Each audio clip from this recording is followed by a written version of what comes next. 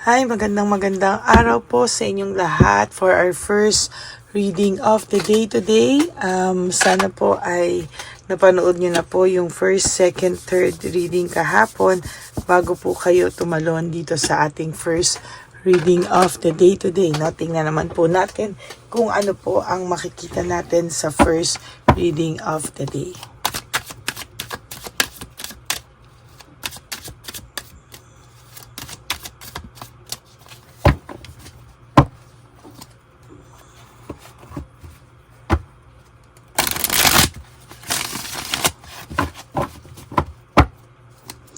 Palasahin lang po natin mabuti.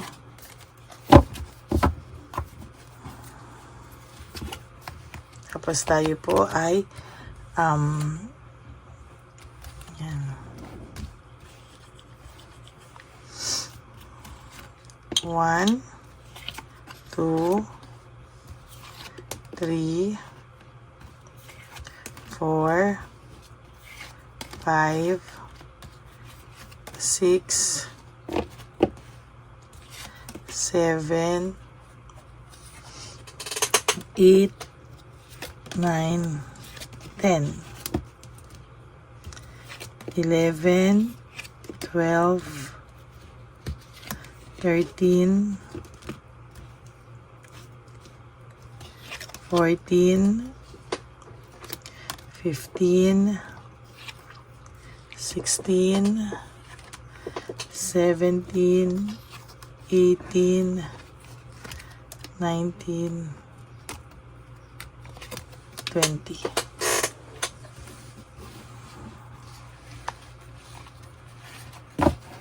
Tabi muna po natin ang ating mga hindi napili.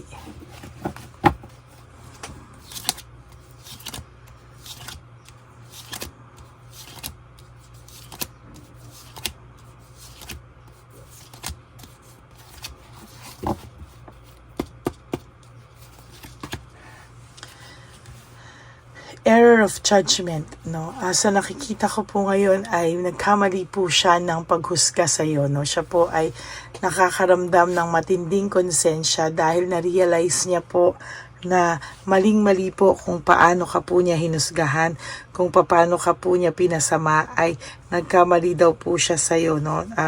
Technically, ang tao pong ito ay hindi napapalagay sa ngayon at siya po ay talagang nag-iisip sa iyo ng matindi sa mga oras na to, no? Siya po ay nakakaramdam ng matinding konsensya, no? Nakakaramdam po siya ng konsensya at talagang may taong nag-iisip sa iyo, no? Whether you like it or not, ikaw po ay naiisip ng taong ito. Very overwhelming po ang kanyang nararamdaman o kayang iniisip sa ngayon. Siya po ay na-overwhelm sa mga bagay-bagay sa ngayon. At itong taong po ito, whether you like it or not, ay parang gustong sumuko sa dami ng problema niya, no? Hindi niya po yan maiaalis. Pero sa totoo lang po, itong taong pong ito ay nakakaramdam ng konsensya, no? Hindi niya po alam kung paano at kung ano ang kanyang gagawin. Pero siya po ay nakakaramdam ng matinding konsensya right at this very moment, no? Ayan, no, meron po siyang loss of opportunity, miss chance and loss of opportunity. Talaga pong may nag-iisip sa iyo at nakukonsensya. No, talaga ngayon po ay talagang siya ay nakakaramdam ng matinding konsensya. Hala.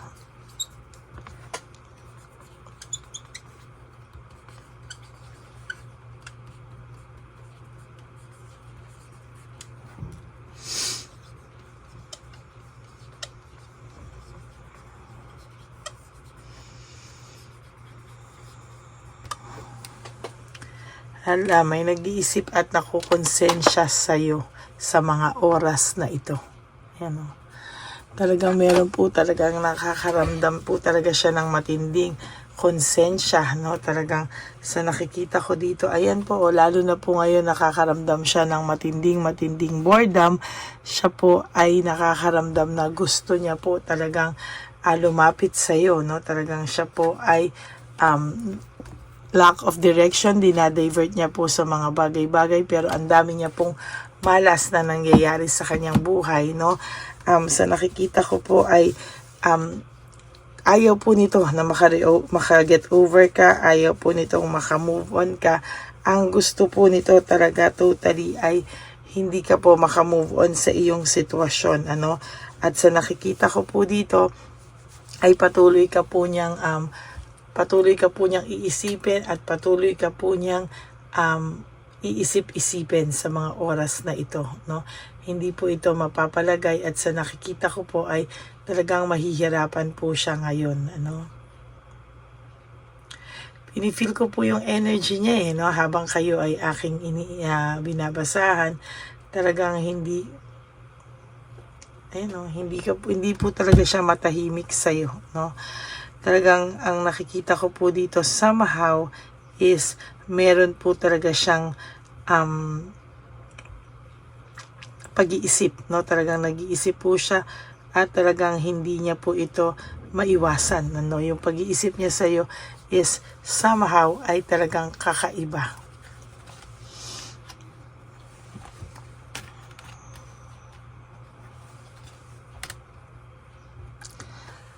May matinding pagseselos po ang taong ito, no? Talagang yung pagseselos niya po sa iyo ay sobrang tindi na minsan po hindi niya na po alam kung ano po ang kanyang gagawin, no?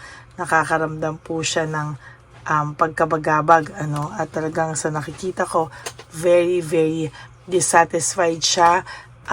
Hindi niya po alam bakit nagsiselos pa siya. Akala niya po ay hindi ka na niya mahal. Pero parang ngayon po ay nag-iiba, no? Pag nagsiselos po ito, ay nagagalait ito, naiinis po siya talaga, no? Nung iniwan ka daw po niya, hindi niya po alam na ito ay wala pa tayong kandila. Excited po, no? Hindi niya po alam na pagka nung iniwan ka niya, hindi niya po akalain na gugustuhin niya pang bumalik sa'yo, no? Itong taong to po ay nakakaramdam ng matinding dagok sa kanyang buhay, no? Talagang sa nakikita ko po, itong taong to ay talagang hindi po siya matatahimik, no? Iisipin niya po talaga ng iisipin, bakit po kayo nagkahiwalay? Bakit po naging ganito na maayos naman daw kayo dati? At ano daw ang nangyari sa inyo, no? Bakit daw bigla all of a sudden ay talagang nagulo na naman ang mundo nyo at hindi niya po inakala na siya na naman ang dahilan kung bakit kayo nagkakaganyang dalawa, no? Talagang siya po ang may kasalanan at hindi niya po yan maididinay sa sarili niya. Kahit po palabasin niya na ikaw ang may kasalanan, kahit po palabasin niya dito na ikaw palagi yung sinisisi niya, alam niyo po talagang sa isipan niya talaga, alam niya naman po na hindi totoo yan. Alam din po niya na alam niya rin po na kahit po anong gawin niya, alam niya po sa sarili niya na siya po talaga ang may kalokohang ginawa. No, whether i-deny niya to sa mga tao, sa sarili niya po, kahit itry niya yung i-deny, alam niya po na hindi niya po yan ma-i-deny kahit anong mangyari. Yan o. Hindi niya po yan ma-deny talaga. Maling-mali po talaga. Wheel of Fortune in reverse. This is all about bad luck, negative emotions, lahat po ng masasakit ay talagang dito po yan sa Wheel of Fortune, ano? Talagang hindi niya po masabi sa iyo lahat ng emotions niya, no? Frustration, depression, sadness, loneliness, betrayal, naging stagnant po ang pag-ikot ng mundo niya, hindi po siya makamove on, hindi po siya makarecover. Yan po ang nangyayari sa kanya. Every time po talaga ay yan po ang dumadagan sa kanya, no? Talagang hindi niya po alam, pero yan po, there is this freedom, no? Ine-explore niya rin po dati yung mga akala niya po napakasarap ng buhay niya na malayo sa iyo, pero ngayon po hindi, no? Talagang nakakaramdam po siya ng self-pity, no? Talagang ang taong ito ay nakakaramdam ng self-pity at itong taong ito ay talaga namang sasabihin ko sa inyo, hindi po siya mapakali, no? Ayan yung sinasabi ko sa inyo, nakukonsensya ito, sa iyong pagkawala. Talagang hindi niya po alam kung ano po ang kanyang gagawin. Confused na confused po siya. Yan. Very confused ang taong ito. At sa totoo lang, there will come a time, sabi ko po sa inyo, na ang taong ito ay lalapit sa iyo. Siya po ay ibababa niya po kahit gaano katigas ang pride niya, because yung pinapakita niya po sa yung saya is false success, Hindi po totoo, kaya lahat po ng kapaguran ay kanyang mararamdaman. Fatigue, exhausted siya sa mga bagay-bagay, Maling-mali rin po kasi yung mga pinakinggan niya, maling-mali rin yung mga ginawa niya, at maling-mali yung mga pinili niya, impluwensya ng mga maling tao. Ayat po ang talagang mangyayari, There is this lack of resources, very unstable siya sa oras ngayon, Hindi lang po sa money, Ito po ay talagang unstable po siya when it comes to mind niya, mental niya, psychological niya. Yan po talaga ay talagang hindi po siya titigil, Talagang yan po ay makakaramdam po siya ng pagkabagabag, Talagang sinasabi ko sa inyo, yun ay may pagkabagabag na nararamdaman.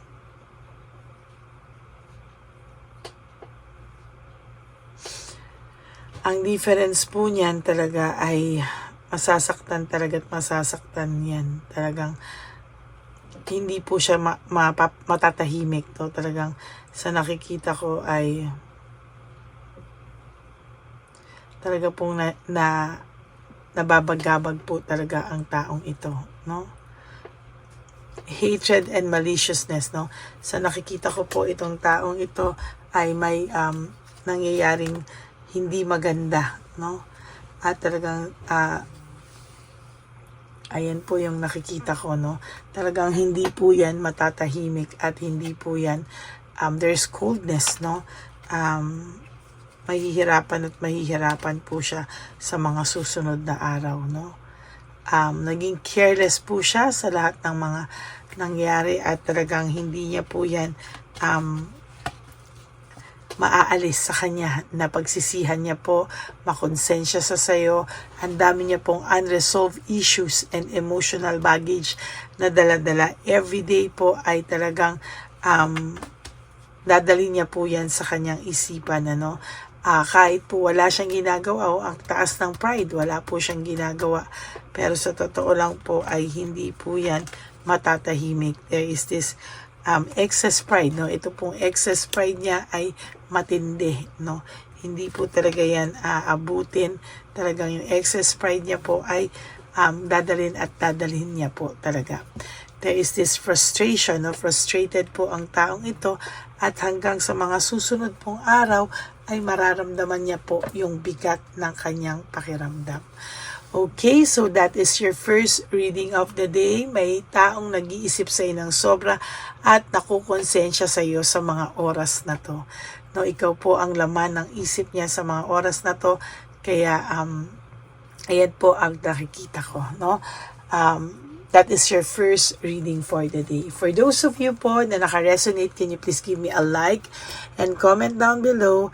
And please click the bell para naman po alam nyo po kung ano po ang ating please click the bell para alam ko po kung ano po ang inyong emosyon right at this very moment. Okay, maraming salamat po sa inyong lahat. And for those of you who would like to have a private reading with me, you can message me po at Ladyly Elena. That's Ladyly Elena. Nasa dulo po yan ng ating video. Diyan nyo lang po ako makukontak. That is my only official and legit FB account.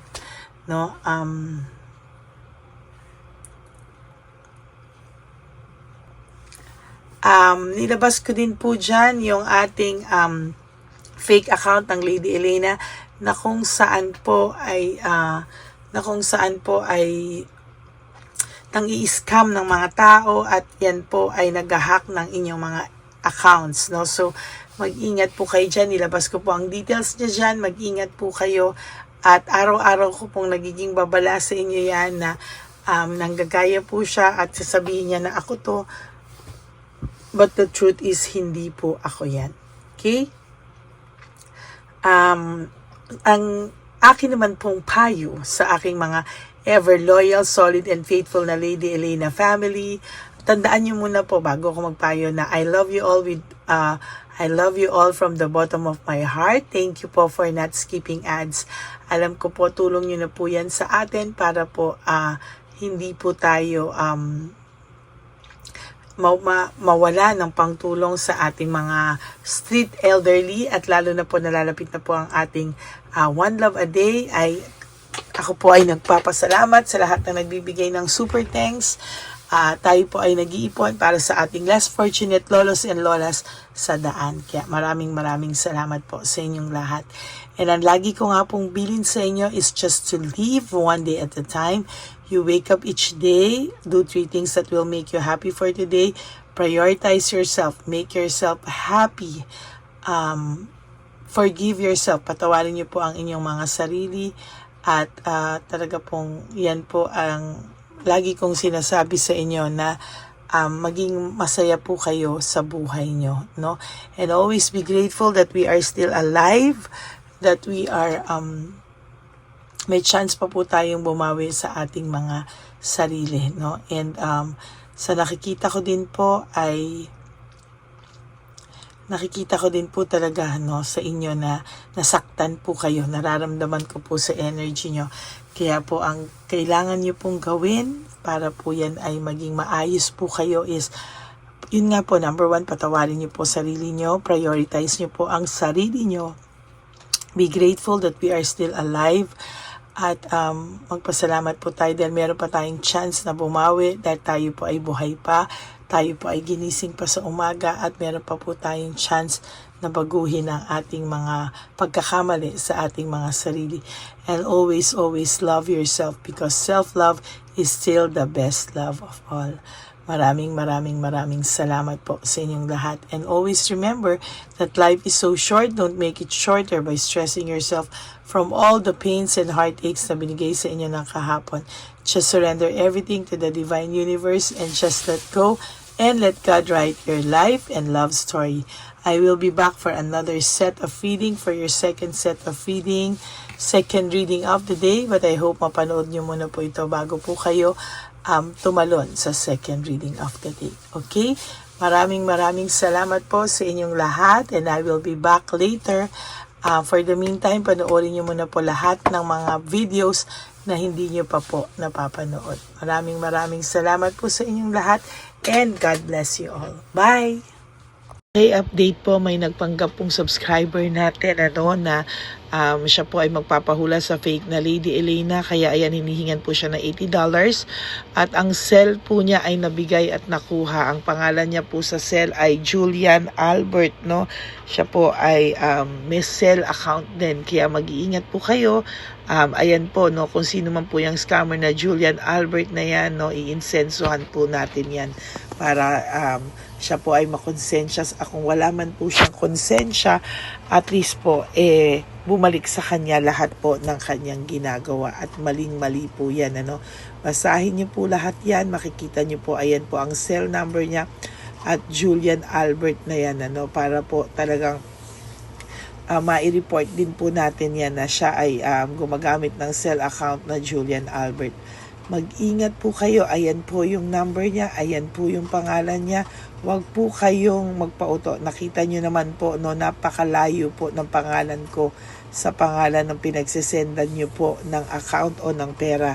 Kaya mag-ingat po kayo at beware sa scammer na to. At talagang ayan po, pinost ko po ang kanyang pangalan dito para maging babala po sa inyong lahat. Maraming salamat po.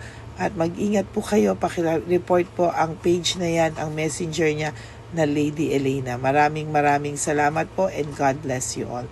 Ayan, sa susunod po makikita niyo yung account niya na ire-report niyo. Salamat po na marami. Magandang gabi po ulit sa inyong lahat. Ako po ay muling nagpapaalala sa inyo na mayroon pong lumalabas sa FB at Messenger account na fake account po, no, nang hihingi po ng $25 through PayPal at hindi po yan totoo. Huwag po kayong maniwala dyan. At pag sinabi mo po na gusto ko pong marinig ang boses nyo or makita kayo, ang sasabihin po ay magbibigay kami ng link. Buksan mo yan at pagkatapos ay makikita mo ako. Huwag po kayong maniniwala dahil yan po ay hindi totoo. Yan po ay isang malaking scam na pag binuksan nyo po ay makahack po lahat-lahat sa inyo. Mahahack po ang inyong mga personal details. Lahat ay mahahack.